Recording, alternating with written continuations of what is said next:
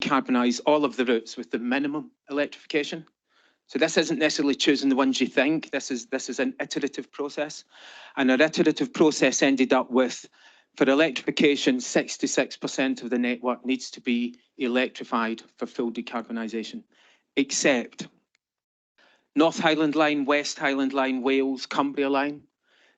The simple proposal that we're putting forward for there is battery, bi-modes, but in-service charging, so not in-station charging. So a couple of stops on all of those journeys. If you stop for 3 minutes at a station and a fast charger, you're capable of keeping your batteries charged from end to end.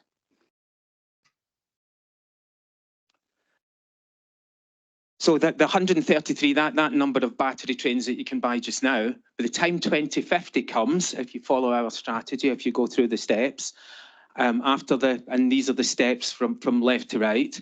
So the second one has got the 133. The third one is what the change would be after the current planned projects, Transpennine, Midland Main Line.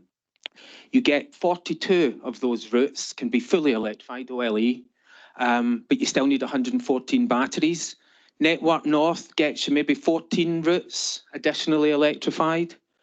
The freight electrification gets you 14 routes additionally electrified. So freight electrification, electrifying the CILT proposed routes for freight, and there's no really a great other solution for freight, actually gets you as much passenger benefit carbon as Network North, and then a wee bit. And then the RIA proposal, our additional electrification up to 66%, gets rid of them all bar 8, and those 8 are the ones where we're proposing the in-service charging. Or should there be a hydrogen economy, should there be a hydrogen train, those are the places that hydrogen could be.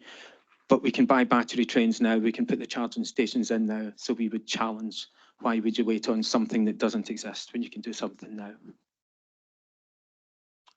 And that's the RIA map.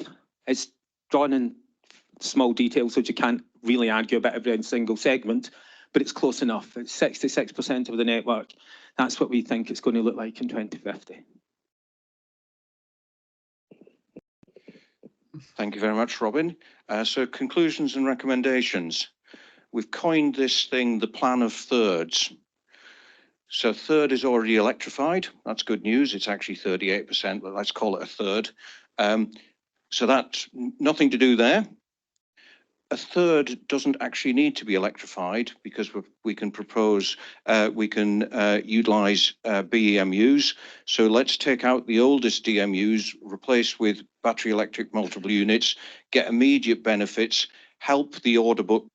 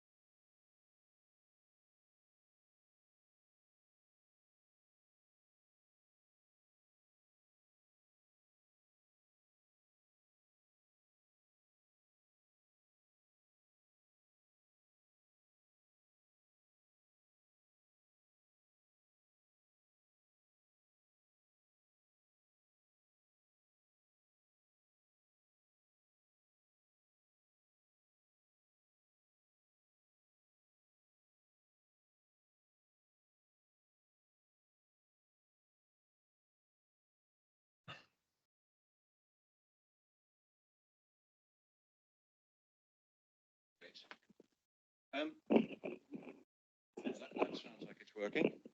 Okay, so apologies to those online for the momentary interruption in services. So one of the things that we've emphasised is if we're trying to save the planet, we should think about cumulative carbon. A tonne of carbon saved in 2025 is 25 tonnes of carbon saved by 2050. So let's get on with it. That's why we talk about cumulative carbon rather than arbitrary figures like no diesel trains after 2040. And actually, if you look at our plan, you can see that you can get 70% carbon reduction by 2035 in 10 years. That's not to be sniffed at. In the meantime, we can actually do better because there are already trains out there running on alternative fuels like HVO, hydrogenated vegetable oil, and potentially the whole white area above the graph on the left-hand side is an upside opportunity to decarbonise more and earlier by using alternative fuels. And we're grateful to Nottingham University for giving us some advice on that. And there's an appendix in the report all about that. So the left-hand side shows the cumulative growth. On the right-hand side, we're looking at what each of the segments will deliver. So if we only do what's in current government contemplation, we'll only decarbonise 17% of traction, so which is the little block that's pulled out there. We need to do much more than that. And what's really interesting is supporting the CILT will take a third, the freight electrification will take a third of the issue away, BEMUs will take a third, and the electrification will take a third. So surprise, surprise, it's that plan of thirds again. Now then, I'm now going to explain how all of the foregoing, i.e. having a plan for the infrastructure, can help you alleviate and not repeat the boom and bust that we've experienced in the rolling stock industry. So the left-hand graph is today's situation. This is grouping all of the trains that reach their 35th birthday into 5-year blocks. So why have we got a problem today when there's almost 2,000 vehicles that are already over 35 years or by 2030 will have reached their 35th birthday? We shouldn't have a problem if we started ordering those trains and deriving the benefits from those, and it could be new trains or it could be refurbishment, but if we start dealing with those 2,000, we should be able to mitigate the immediate problem. But that still leaves the boom and bust in later years, particularly in the 2050s, when you're replacing all the trains that we bought in the last 10 years. How do we plan our way out of that? Right-hand graph, if we assume the lower level of growth that that Steer predicted, the 37%, well, actually in the middle years, in those middle years, that growth has built up and is starting to help you, but you've still got a massive differential between 2030 to 35 and 2050. So you're helping, but you haven't got rid of the boom and bust. If you then start taking left-hand side here, some asset management type action. So for instance, modern rolling stock is aluminium. It's plausible to think it could last longer than 35 years. So let's assume that some of that stock can last 40 years. Let's likewise assume that we retire some diesels maybe a few years earlier. And so you start spreading it, and you can see there, growth plus that management action gives you a much smoother profile. On the right-hand side, imagine we had a thing called a guiding mind. This is not the Central Procurement Authority. This is a body that is looking at a strategic level and giving a nudge to those who do procure trains to maybe do it a little bit earlier or a little bit later or in a little bit more of a coordinated way. But also they can pull demand and revenue levers, and they could potentially have something that's relatively little used in the UK, framework orders for long-term framework orders for rolling stock that they could call down when there's a bit of a gap. So we think it's entirely plausible if you actually look at the rail industry strategically to get out of boom and bust, both for rolling stock and for infrastructure. So how would we take that forward? So our two key recommendations on how you take things forward are we bring together a cross-industry group to review and test and build on RIA strategy with a view to actually producing an updated version of Robin's map that is endorsed by the industry and says this is what you need to wire to get to net zero. Now, if you had that, you can then start having much more intelligent conversations with National Grid about what power supplies you need, for example, because we just come along and ask in penny project by project now. You can also give some confidence to investors in railway and whether they be rolling stock or infrastructure. And recommendation 5, we would look to GBR to be that guiding mind to prepare and deliver a strategy which considers all of the issues that I list out there, which I will let you read. So that concludes the overview, and I'll now hand back to Richard. Thanks very much, David. I think what we'll do now, we're going to move on to the panel session.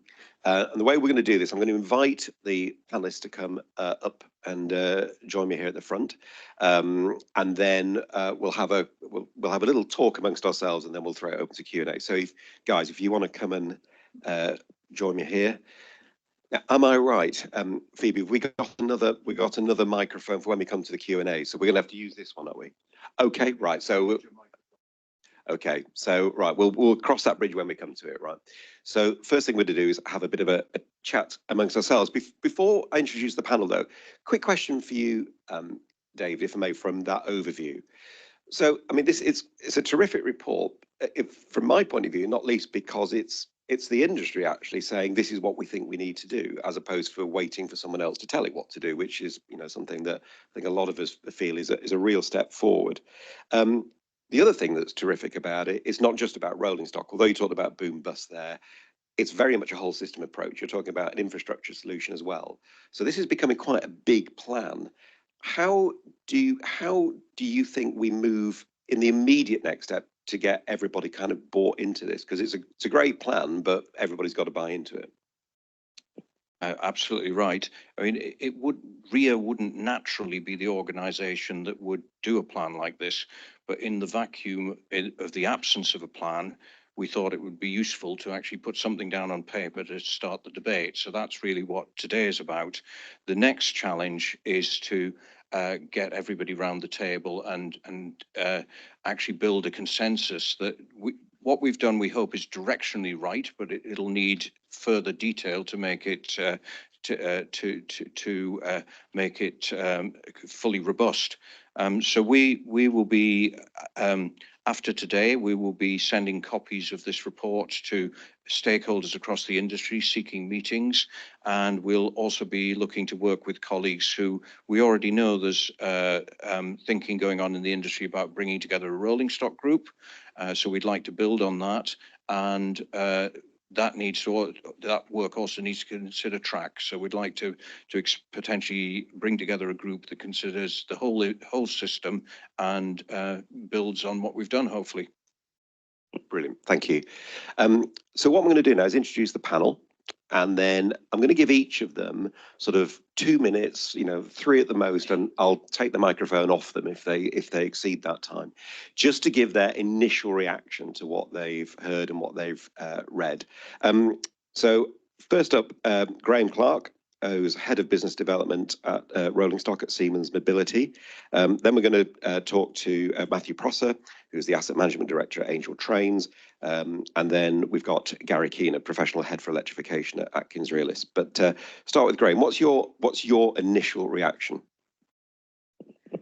I think it's absolutely fantastic. It's totally in line with Siemens thinking. We have no intention of producing any more diesel passenger trains. We stopped doing that many years ago. And we've moved on to battery technology. We've also got an order for hydrogen. So it's absolutely in line with the thought pattern we have.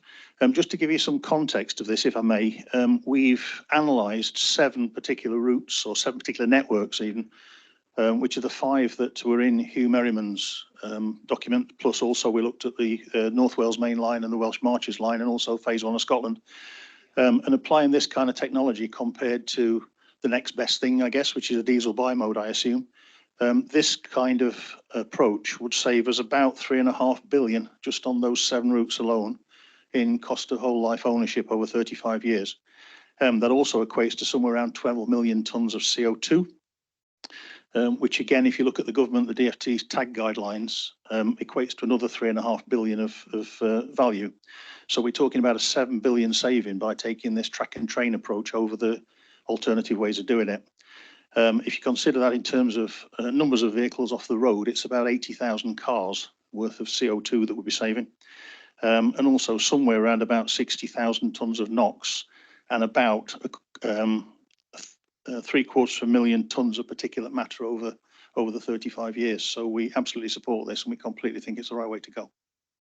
I'll let you. Thank you. Yeah, I suppose 3 things. I mean, firstly, I think it's actually great to be talking about something which is really positive in the industry at the moment, actually talking about a strategy that's got a vision, but actually a deliverable vision over the next 30 odd years. So it's one which we support, about lower cost, zero carbon, zero net carbon, and better performing railway. And as David said, the last strategy in this area was in 2018, and of course much has changed since then. So it's great to see this document being published. I think the document absolutely accurately identifies the key issue here, which is how to replace diesel trains. And what it's saying is that's through a combination of more electrification and battery EMUs. And we think that's absolutely right, the right way to go, which also not only delivers carbon reduction, but also addresses air quality issues as well, which is important. This, as the report says, will require a whole system approach, which is fundamentally different to, I think, what's happened before. And partly because replacing DMUs isn't a drop-in replacement. You have to think about the infrastructure as much as the rolling stock, and that will be the shift that this strategy presents. No doubt there'll be technical and operational challenges to this, and they will be worked through, I'm sure, and there are solutions, as I'm sure we'll hear from Gary and Graham in due course. But they can be solved. I think as Angel Trains, we clearly welcome procurement exercise in new train rolling stock and the 4 tenders which are in flight at the moment, and along with our other Roscoe companies would welcome the competition in that area. And I think as the report sets out, it needs to be a market-led approach that delivers the right solution for each individual line. And we are getting involved in this area. I mean, we're involved with partnering with Hitachi and TransPennine Express to fit a battery to a Class 802 unit to turn it into a tri-mode to really test the capability of this technology. So it's something that we are learning as we move forward here. And last point I want to make is it's not just about new trains. I think refurbishment also has a role to play.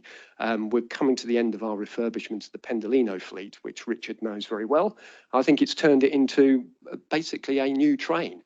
And I think that's important because modal shift is important here, and getting people out of cars and freight off roads and onto trains is important, and offering a right product is important to drive that growth, and that growth in numbers that David has presented here. But it's also important to get full life out of rolling stock, full carbon life out of rolling stock. And equally, there's much that you can do with existing diesel trains to upgrade them in the short term as a stepping stone towards this later technology. But also importantly, I think it supports the supply chain in the UK, which is important to keep our rolling stock sustainable for their life. Thanks, Matthew. Yeah, I just want to start by supporting what the other panelists and David and the team have said about the need for an immediate rolling stock order. It's 220 years since the first locomotive was designed and built in the UK. And since that time, we've been designing and building rolling stock in the UK continuously. And it's unthinkable that we would allow that ability to do that domestically to simply vanish. And I think it needs to be made politically unpalatable to allow that to happen. So I just want to get that core message across. I don't want to distract from that, but I am going to talk about the other part of the report now. I'm really pleased to see in the report that acknowledges that battery trains will take you so far in decarbonisation, but they won't get you all the way. And we need to elect the fact that we need to electrify more of our busier routes where battery trains aren't the answer, but also crucially to look at freight electrification, which I think always seems to be the forgotten partner when we have these discussions about decarbonisation. It's really, really important. I want to talk a little bit about I think there's something that gets lost in the UK when we talk about electrification that everyone else in the rest of the world fully understands. And I'm going to borrow Roger Ford's dictum here, which is that an electric railway is a better railway, however you define better. And crucially, it's better economically. Electric railways are cheaper to operate and cheaper to maintain, and they pay for themselves in the long run, notwithstanding the relatively high capital cost of building them. So I'm really pleased that that's in the report and that we need to do that. I want to talk a little bit about, we've talked about forward order book and continuous program of work for rolling stock. The exact same thing is needed on the infrastructure side as well. Companies like mine who plan and design electrification or build electrification need that certainty and that understanding of what's coming down the pipeline, what's coming through planning, what's coming through design, in order to build the confidence, in order to train the people, retain the people, and build the specialist skills that we need to deliver electrification efficiently, which we've got good at, and I think we'll talk about that a little bit later on. But we need to retain those skills and then build on them in order to deliver that. The final point I wanted to make is to talk about the railway as a system of systems. The railway is a system, and within that we have different systems. The battery trains are one system, and the power supply that will deliver energy to those trains to allow them to move is another system. So we can't simply introduce a new fleet of battery trains without thinking about the infrastructure work that's going to be needed to support them.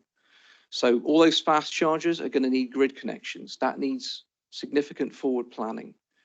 But also those same battery trains will also be charging on the move when they're operating under the wires. And there are certain places on the network where we're going to need to do a power supply upgrade in order to deliver that additional power. That was all I wanted to say, other than to conclude by just saying to thank RIA, David and Robin and the RIA team for the hard work they've done with this report. I think it's a really important piece of work. I'm really glad that we're coming together today to discuss it. Thanks. Now, what we're going to do now, I'm going to ask a couple of questions among the panel. Before we do that, can I just ask David and Graham, would you mind just sort of shuffling down one? Because what I'm going to do is I'm going to go in the middle. I think that's going to be a little bit easier for controlling where the mic is. Right, there we go. Should have done that from the start. Right, okay. Start with a question for Graham, if I may, which is, I suppose, is a technology question as much as anything else. The report talks about developing quite mature technology now for battery electric multiple units. I mean, do you foresee any issues in delivering that kind of technology into the market and operationally in the timescales being talked about here? And because there will be some say, oh, we're not great at introducing new technology in a particularly timely fashion, or do you say actually no, we're quite a long way down that curve now? Yeah, that's a very good question. I can only comment on Siemens' view of life, of course. I can't comment on our competitors, but for us, we put the first of a fleet of 32 battery trains into service in Germany this Monday, just gone.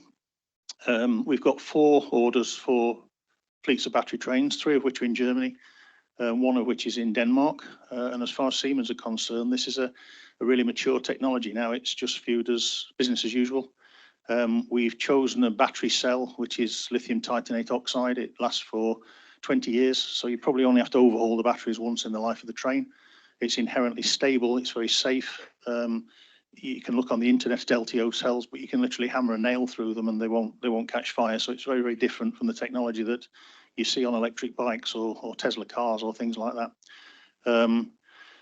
As I say, it's got a very long life. At the end of the 20 years, there's still probably 80% of capability left in the battery, so you can use it for other purposes. So as far as we're concerned, it's something that we would be ready to deliver within the timescales that we could deliver a fleet of new trains. I hope that answers the question. No, it answers it very well. I suppose one of the follow-ups was always going to be, just as again, as a non-technical person, was that, you know, you see all these quite dramatic footage every now and then of, I suppose that's lithium-ion batteries having real issues. But you're saying that this technology has now moved us on, it sounds like, in a big leap. Yeah, it is. I mean, I think LTO cells represent very much the state of the art at the moment. I mean, we never considered using NMC type technology. It's just not suitable for rail traction. But the LTO cell, I think, is absolutely perfect for what it's done. But I think the important thing to note is that for us now, we would be ready to deliver this within the timescales that you could deliver a fleet of trains. And we're developing a new train for the UK, which will just be able to do that. If I could also just mention a point about electrification. The technology that we would look at for electrification would include rail charging converters or static frequency converters, or whatever you call them, which is a box about the size of a 40-foot shipping container to power a length of electric railway. Each box could provide about 2.5 megawatts, and they can charge the railway, obviously at 25 kV, but they can draw power off an 11 kV system. So the timescales to connect to 11 kV are a lot shorter than you'd need to connect to 132. And our electrification people, obviously Siemens do electrification as well, so our approach has been very much a joined up one of track and train. But they're telling me that it makes electrifying the railway more like providing a power supply to a housing estate or to Tesco's. So it means that we can do it in a lot shorter timescale. And we believe that we could put the electrification in the discontinuous electrification, subject to politics and commercial issues, but technically we could put it in within the timescale it would take us to deliver the battery trains. Fantastic. Well, I'm going to come to you in a moment, Matthew, if I may, just to talk about it from an asset owner's point of view and a funder's point of view. But let's just ask Gary a couple of quick questions then, because Graham's just been talking about there about that interface with the physical infrastructure. This strategy does rely on a fairly considerable amount of electrification, whether that's, you know, overhead 25 kV or whether it's this discontinuous electrification. The experience in the UK of late with electrifications has been a bit mixed, to say the least. I used to go regularly to Chesterfield, always used to find it very odd that the wires stopped in a field somewhere near Market Harborough. And then now I kind of go to Chippenham and we've got masts but no wires. So our experience of that's not great. What do you think?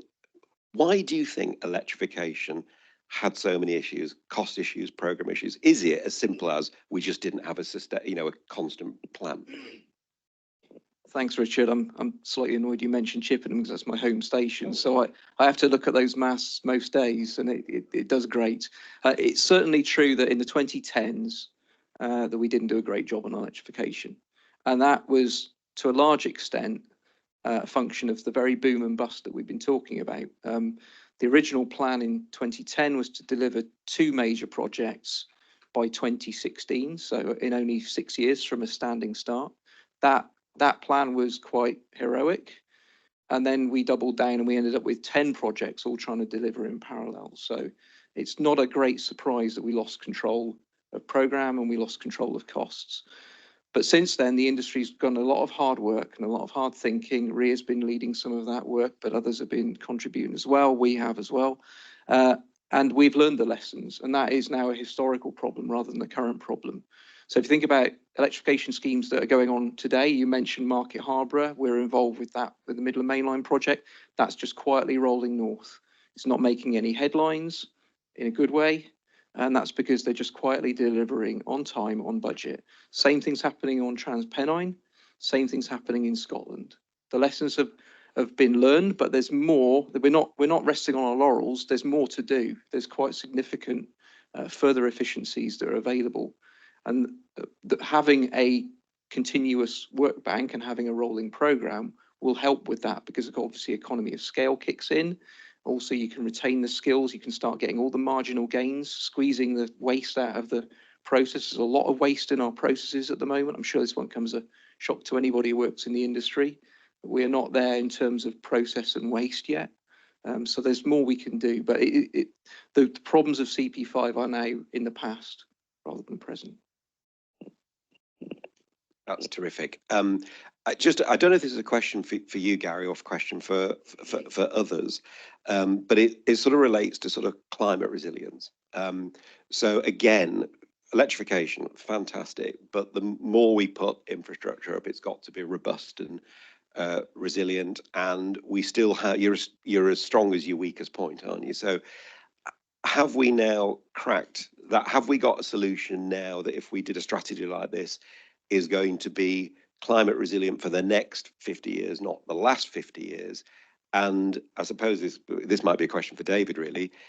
Do we have to go back and fix some of the stuff we've already got in order for this to work? So have a crack. Well, by all means, have a crack with both. But yeah, so it was interesting. I was with the Wales and West team yesterday for a meeting. We were talking about this exact problem. What we see with the modern systems, with everything we've installed since 2010, that's performing really well because it's got climate resilience built in. Specifically, the main problem that occurs with overhead line systems and climate is during the very hot spells during the summer, we get problems with wire elongation, excessive wire elongation. The modern systems aren't suffering from that when we get heat waves now. The system on Great Western, the new equipment we have on Great Western, is performing very, very well in those situations. It is true that the legacy equipment that we've got, broadly everything installed before 2010, doesn't have the same level of resilience built in. But the main work that needs to be done on those systems is fairly limited. It's really about working with the tensioning devices and reworking those to build in that extra elongation allowance so that the wires can expand and contract more during those hot periods. So it's not that you need a complete system upgrade for those legacy systems. You need a targeted rolling program of tensioning renewals and retensioning, which could be happening on a relatively slow timeline, targeting the obvious high critical candidates first. So I'm confident that we can do both. We can do the new build and we can do the resilience work. Of course, as long as we can see the plan, as long as we can see the resilience plan, as long as we can see the new build plan, and as long as we've got funding and programming for both, I'm confident we can do it. that's fantastic. That will be the music to the ears of everybody that has to travel between Paddington and Airport Junction on a regular basis.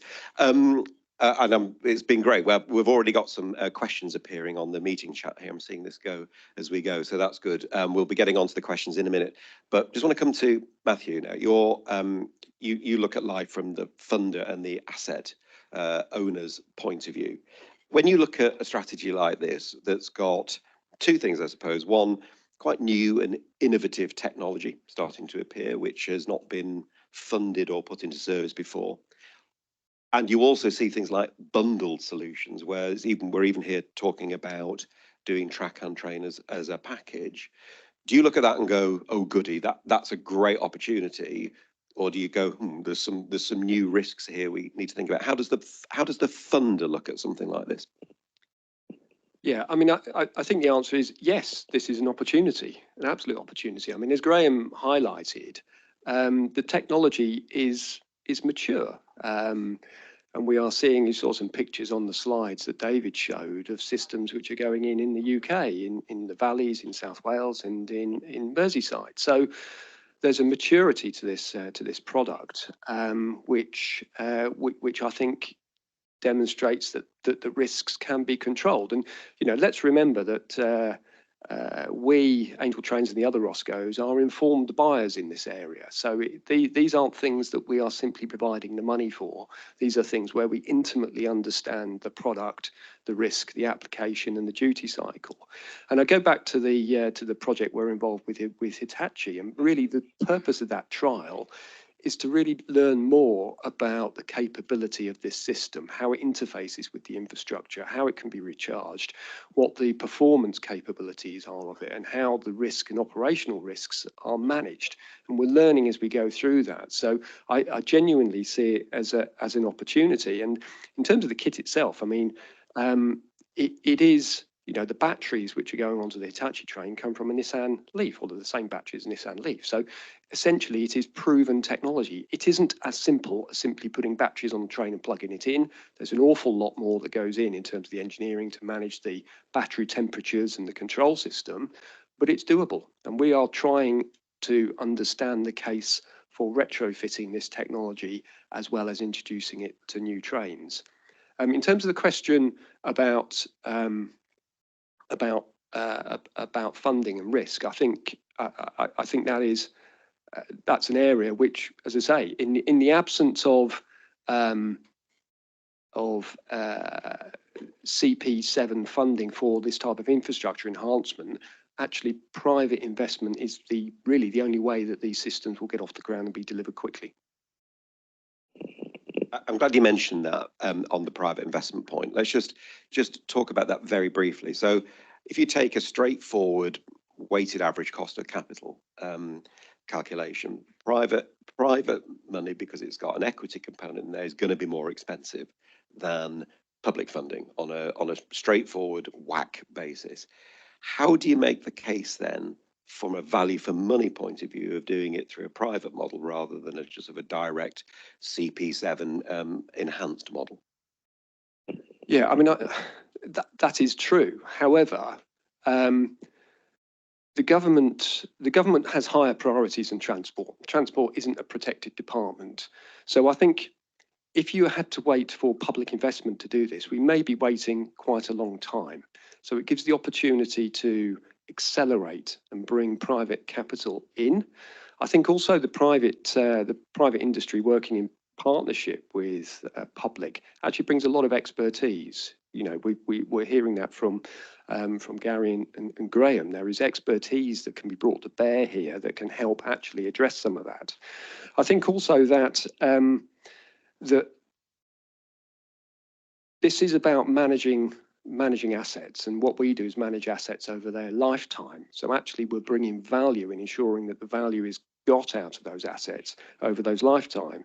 But again, I come back to the point, if there is no money available and CP7 doesn't have any money in it for these type of enhancements, public and private coming together is the only way that this can be delivered at pace. Brilliant, thanks. I am sure we'll come back to that theme in a bit. And we're going to come on to Q&A in a moment. Just before we do that, I want to ask David just a sort of a quick follow-up question. You've heard what the panelists have said. Sounds like the big tick in the box for, but the sort of the overall approach for this and the joined up approach to this, which is great. Can I just ask you one sort of specific question, and it sort of builds a bit on what Matthew's just said in terms of funding. In your presentation, you said that we're not looking for any additional funding over the next sort of decade. Understand that because there's lots of things already committed. In the report, you also talk about the battery EMU solution being slightly more expensive at the beginning, but after I think about 12 years, it crosses over and it becomes on a TOTEX basis. It becomes the best thing to do. How do we, if we're going to buy these battery electric multiple units in the first 10 years and they're slightly more expensive, how does that funding calculation work if there's no additional funding, or is it what Matthew said, we're actually going to be looking at private finance as the answer? Well, on the specific of how would you afford battery trains immediately? Well, our assumption has been in the same way that trains generally are can be privately financed. Then we'd privately finance them over the life cycle. What our members, including Graham, are telling us.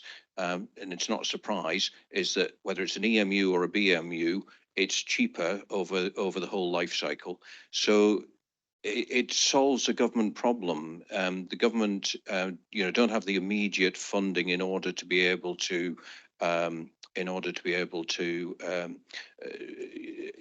fund this program. But if we privately finance the rolling stock, yes, the lease cost in the short term might be slightly higher than the outgoing rolling stock, but that outgoing rolling stock, if you were to replace it, it would be a lot more expensive when it comes to replacement. So if you look at it over a life cycle, and we've had a bit of help from one of our members, AD Little, who did a TOTEX analysis for the Exeter Penzance route for us, and that's in the report. And that we chose that because it's a marginal case for electrification. It wasn't in the original Great Western programme because it's marginal. And so we looked at that, and what it shows us is that exactly as I've said, the do nothing, i.e. keep going with DMUs, is cheaper in the short term, but by 12 years, the BEMU becomes cheaper, and actually over the life cycle, the electrification isn't that far behind the BEMU, and if you imagine some of that 37 to 97% growth happened in that part of the world, you might find yourself in the say 2030s or early 2040s thinking, well, actually, I'll run the wires down there. Super, thank you. Right, we're going to move to Q&A now. So we've only got the one micro. Oh, are you going to be doing this? Brilliant. So Robin's going to be the mic carrier. Right. So if you put your hand up, as Nick has just done first, right? And then when the mic gets to you, if you could just say your name and where you're from, that's just sort of helpful for everybody and for those online, and certainly for me. And then ask your question, and then just give us a minute while the mic comes back. Okay, so Nick was first up there, so.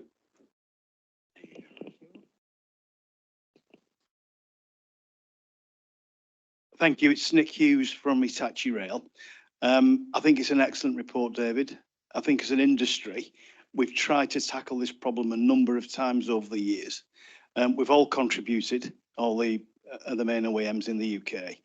And I think we've got a really cohesive story now that we can tell to key stakeholders. And I do think we should do this. I can see similar conversations starting in GBR and the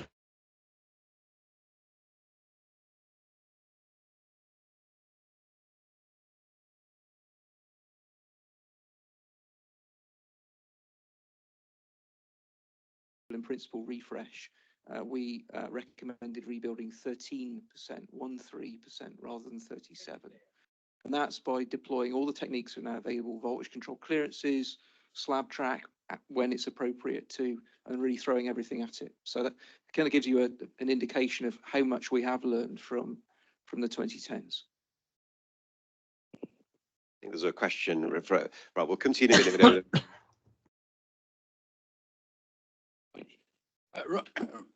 Rod Smith, Imperial College. What a refreshing report. Lots of positives in it. Great to see the emphasis on continuity of electrification and continuity of vehicle building. And the bottom line is emissions per passenger kilometre and ton kilometre moved. And there's been a concentration on the top line. Let's look at how are we going to get more passengers using the railway? Most passengers don't use the green credentials of the railway as a criteria for buying the ticket. They're interested in the cheapness, the value for money of the ticket, the convenience, reliability, frequency of the service. And we really need to look at that side of the equation as well as the top side. It's ironic, in the end of this year, the coal-fired power station in the country is closing. It's the one near Derby that you pass on the M1, Burton-on-Trent, I think it is. Big coal-fired power station. That was a fundamental customer for the railway freight, delivering coal from the coal fields to the power station. It's disappeared. Freight has got a problem, I think, of getting new markets and delivering containers in an efficient and cost-free manner. And that needs some innovative thinking. Thanks, Richard. Thanks, Rod. I mean, I think that was probably it's a great question. You know, how do we get more people travelling by train. I think it's probably sort of slightly bigger, arguably, issue than we're talking about here. I mean, one comment from me, I must admit, you know, you look around the room, and I'll say this because I can say it about myself. You know, our age demographics a little bit higher. I know my children are desperately concerned about issues around decarbonisation and climate change. And actually, if I talk to them, as you probably worked out, I now live near Chippenham. If we go into Bath for the day, it would never be a debate that we would drive. Of course, we're going to go on the train because they care about that stuff. So I do think, in terms of, you know, stimulating, actually this is actually a really important part of it. I don't know if anyone's got any sort of thoughts on that, but would we all kind of nod in agreement on that? Okay, I think that, because I think the question of how we get people onto rail is a big issue. I think this is actually a really important part of it. David, I know you had a question there. Hi, David Sherries from Rail Engineer. This is a fantastic report. I look forward to reading it on the train home. I think it's also a very pragmatic report, and so I hope that it can get buy-in. But the important thing is that it does need to get. And one of the things, I mean, we maybe all take for granted, but we don't necessarily broadcast this. Railway, because it's a guided transport system and it can suck up electricity on the move, is the only form of high-powered net zero traction that we currently have. And I'm not entirely sure that that message is promoted enough. And I wonder how we can promote that message a bit more to get buy-in for a report like this. Thanks, David. David, do you want to take that one?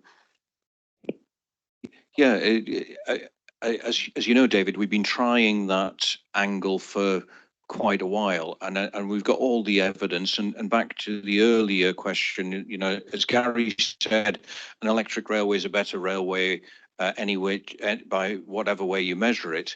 And there's the well-known sparks effect, you know, which is a genuine thing, which an electric railway tends to be a more attractive railway. So I thought, having tried the tack that you've suggested, and we're not going to stop promoting the benefits of electrification, our thought was actually to come out with, rather than just extol it is a good thing, actually use this report to show how it could be done, how it was plausible, how it was affordable, how it was deliverable. And I think that's the gap that we were plugging before. As I said earlier, it shouldn't really be an organisation like RIA that has to do that. But in the absence of that conversation, we felt we needed to start the conversation. So we will use the other evidence we've got. So as you know, we've done a number of earlier reports on the benefits of electrification. We will keep plugging that, as I say, with things with key stakeholders across industry, and try and bring together a coalition of the willing to take forward those recommendations that I mentioned, actually putting the next level of detail onto what we've done. Brilliant, thanks. We're just looking at some of the questions that are coming through from people who are online. There's a couple here. Just going to take these two. So Stuart Brown asked, I think it's a great question actually. The plan described will achieve decarbonisation of 95% of freight. Is there a plan for the other 5%?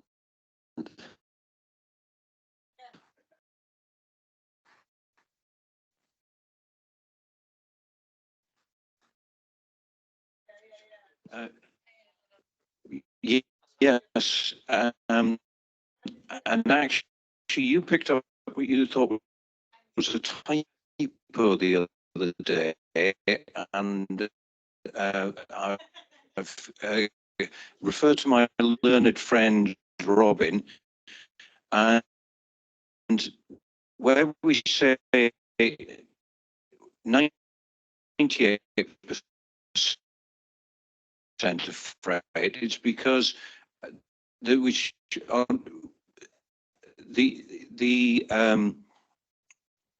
95% of freight was what CILT envisaged. Actually, Robin's proposing more electrification, which freight runs on, and therefore we probably get to higher than 95%, closer to 98%. And the remaining 2, or is it 5%, you deal with by most likely for the diesel engine, because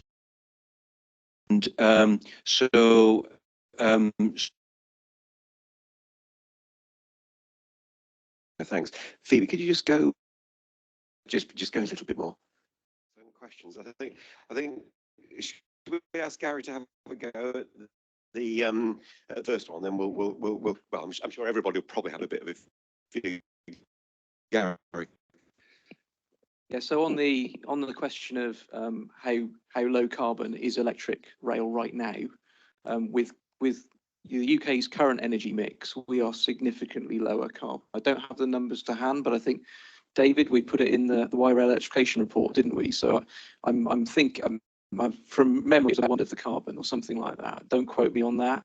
Go read the report, but it's all in there. And that's just with today's energy mix. The key with electrification and with battery trains as well is that picture is still shifting. So the next thing we've got to do is start getting rid of gas generation. And as that falls, the carbon credentials of electric railways will only grow. So there is a benefit today, and it will continue and improve tomorrow. Thank you. And either on the question of that, but also on the question of disposal. It's a good question, isn't it? What do we do with this stuff? Yeah, sure. I think we're legally required to actually manage the disposal of the batteries after we fitted them to the train at whatever times that the batteries become surplus. But certainly the cells that we've looked at, the intention is, and we've talked this through with people like ScotRail, that when they came off a train at 20 years, we could use them for charging electric bikes or charging electric cars or things like that in station yards. So it certainly wouldn't be the intention just to take the batteries off and scrap them, because they've got lots and lots of life left in them, probably still about 75%, 80% of capability after 20 years. So they do have a very useful long second life, if you like, a second career. So I think that's definitely the way we're taking it, that they'd operate on the train for half the train's life, and then find an alternative use for within the industry. Just to build on that, I mean, Christine, you're quite right that the sort of whole system carbon is dependent upon how the electricity is generated. We can't control that, but as Gary said, the energy mix of the country is improving rapidly. So where we're really focusing on is offering a better railway. Back to the question that Rod asked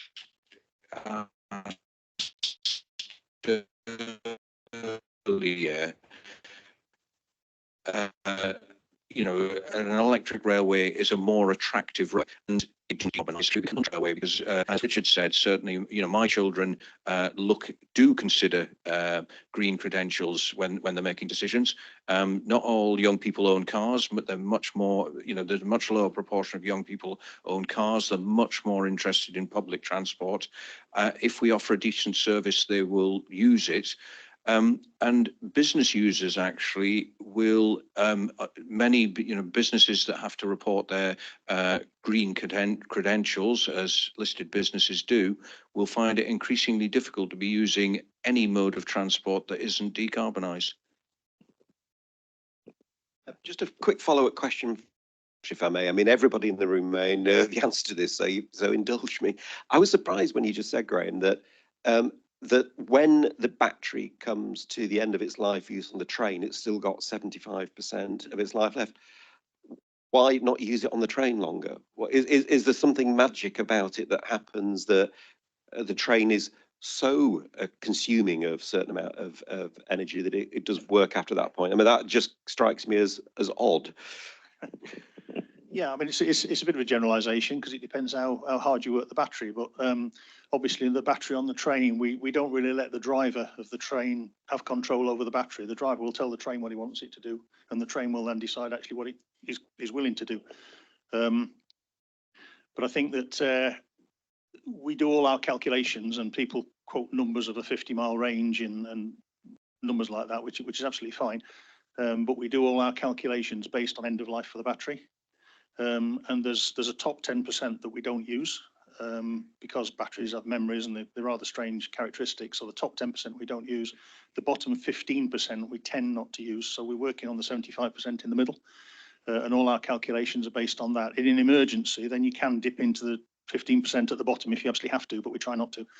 And it's just a case of when you get to a stage where we haven't got enough to make sure we can adequately fulfill it, because we model everything, we recharge the battery using the regenerative braking, so we recover all the energy we possibly can.